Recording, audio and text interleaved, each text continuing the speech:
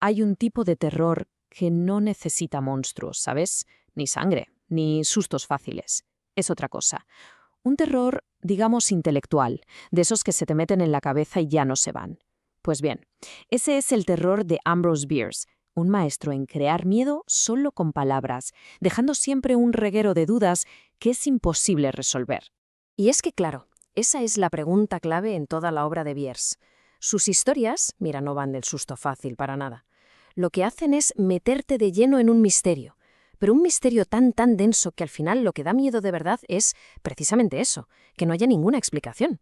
Venga, vamos a meternos en el mundo de Ambrose Bierce, porque para él, a ver, los fantasmas que dan más miedo no son los típicos que ves en las películas, vagando por caserones.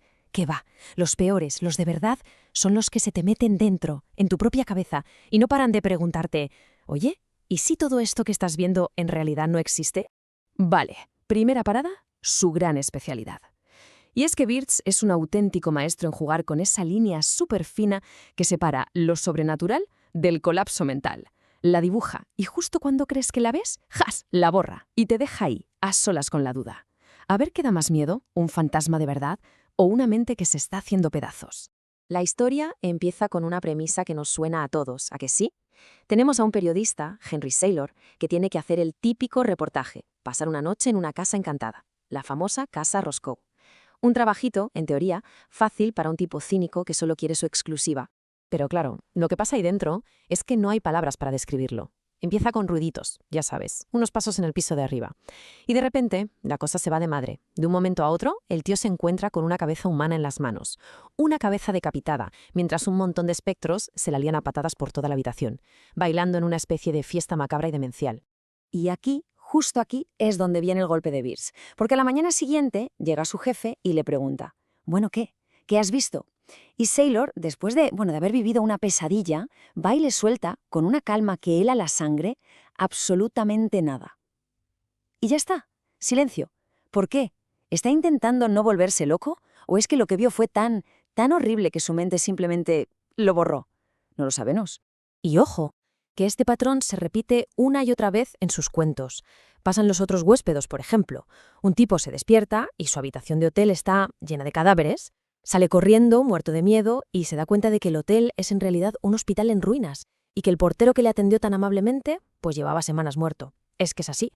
Con Bierce la realidad siempre acaba por romperse. Bueno, cambiemos de tercio. Vamos a otro tipo de terror que maneja Bierce. Uno, digamos, más pegado a la tierra. Porque él también explora esa idea de que un crimen, uno bien terrible, puede como quedarse pegado al lugar, dejar una marca sobrenatural que la propia naturaleza al final acaba revelando. A ver, imaginemos la escena. Tenemos una casa abandonada, la de los Harden. Hace años la señora de la casa, Matilda, desapareció. Se esfumó, sin más. Y ahora, tiempo después, los vecinos empiezan a notar algo raro, muy raro. La parra gigante que cubre la casa se agita de una forma brutal, como si hubiese un huracán. Pero es que no hay ni una pizca de viento. Calma, chicha. La cosa es que la curiosidad puede más. Y los vecinos deciden cavar. Quieren ver qué demonios pasa con esa planta. Y cuando empiezan a desenterrar la raíz, se dan cuenta de que aquello no es normal. No es un amasijo de raíces y ya. No, que va.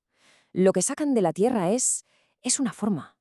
Una red de raíces que dibuja perfectamente la silueta de una persona. Y esa silueta tiene algo, le falta algo muy concreto. Y aquí es donde todo encaja de la forma más espeluznante posible. Porque resulta que todo el mundo en el pueblo se acordaba de un detalle de la señora Harding. Le faltaba el pie izquierdo. Es increíble. La propia tierra se había bebido el asesinato. La planta, al crecer sobre el cuerpo, había recreado su forma, su historia. El crimen no dejó un fantasma, no, dejó una prueba viva y monstruosa. Vale, y si los dos tipos de historias que hemos visto daban miedo, agarraos, porque esta tercera, esta ya te deja una inquietud, existencial. Aquí es donde Bierce retuerce la lógica hasta romperla, coge pruebas, hechos y los enfrenta entre sí, creando misterios que sencillamente no tienen solución. Imposible. El punto de partida de esta historia parece súper simple. Un padre y un hijo tienen una bronca tremenda. La cosa se va de las manos, el padre le pega, y el hijo, lleno de rabia, le suelta: «Por esto vas a morir». Un rato después el padre desaparece. ¿Blanco y en botella, no? El caso parece resuelto antes de empezar. Pues va a ser que no, porque aquí es donde la cabeza te hace clic y no entiendes nada. Los hechos no cuadran, la cronología es imposible. Fijaos, hay un montón de testigos, gente seria, que juran haber visto al padre, a Charles Mace, herido y caminando a kilómetros de su casa sobre las 3 de la tarde. Pero es que su cadáver lo encuentran enterrado junto a la casa. Y la autopsia dice que murió más o menos a esa hora, supuestamente a manos del hijo que estaba en la casa. Pero, ¿cómo? ¿Cómo puede estar en dos sitios a la vez, vivo y muerto? Y esa es la pregunta del millón, la que Beers te planta delante y te deja ahí, sin respuesta. Porque, a ver, no puede ser un fantasma, ¿no? Si lo vieron antes de que muriera. Pero tampoco puede ser el hombre de verdad porque se supone que a esa hora lo estaban matando en otro sitio. Es que son dos realidades que no pueden existir a la vez. Y la historia simplemente te suelta ahí en medio, en esa paradoja sin salida. Y todo esto al final nos lleva a una cosa, a entender qué es lo que hace que un relato de Bierce sea, bueno, un relato de Bierce. Lo que lo hace tan especial no es tanto lo que te cuenta, sino, y esto es lo importante, todo lo que se calla.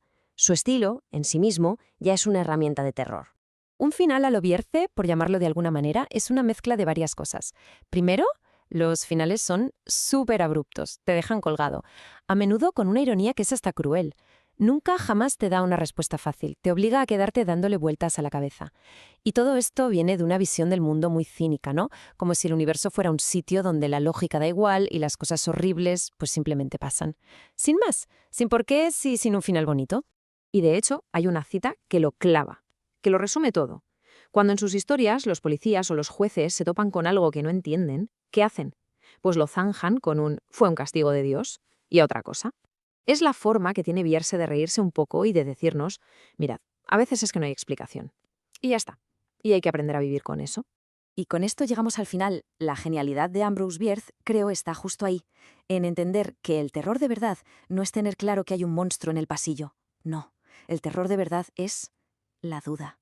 La terrible duda de no saber si ese monstruo está ahí fuera o si lo tienes aquí dentro en la cabeza. Al final, el miedo no es la respuesta. El miedo es la pregunta. Esa pregunta que se queda ahí, flotando, para siempre.